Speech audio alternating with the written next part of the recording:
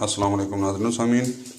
हम बनाने लगे हैं बहुत ही मज़ेदार सी चना चाट, जो कि नॉर्मल आप घरों में ज़्यादा लोग इकट्ठे हों तो ये 1 kg हमने उसके लिए ले लिए हैं चने, 2 kg हमने इसके लिए बॉयल कर लिए हैं, सॉरी 1 kg बॉयल कर लिए हैं आलू, 1 kg प्याज इस तरह से काट लिए हैं, और ये तकरीबन आधा kg से थोड़े ज़्यादा हैं टमाटर, और 1 पाव हमने कर लिया लोबिया भी बॉयल।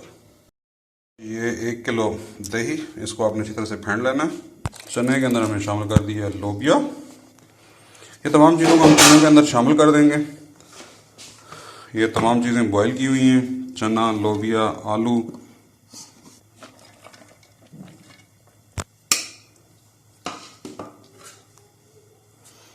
सब्ज़ धनिया।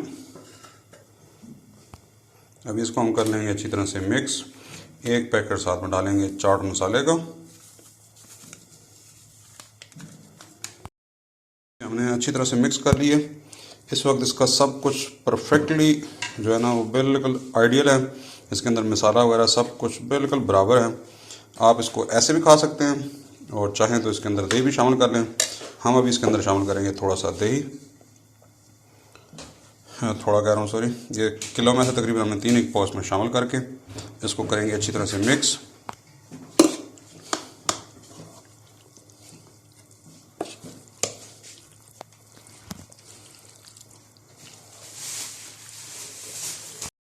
परफेक्ट हमारी चना चाट तैयार हो गई है। ये हमने इसके अंदर 3 पाव दही शामिल किया। बहुत ज़्यादा दही जो होता है चाट के अंदर वो मज़ा नहीं करता। ये आप देख सकते हैं कि बेहतरीन किस्म के जो है ना वो चना चाट तैयार हो चुका है।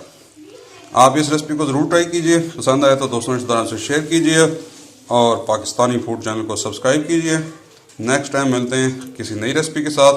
तब तक के लिए अल्लाह हाफिज़। अस्सलाम वालेकुम व रहमतुल्लाह।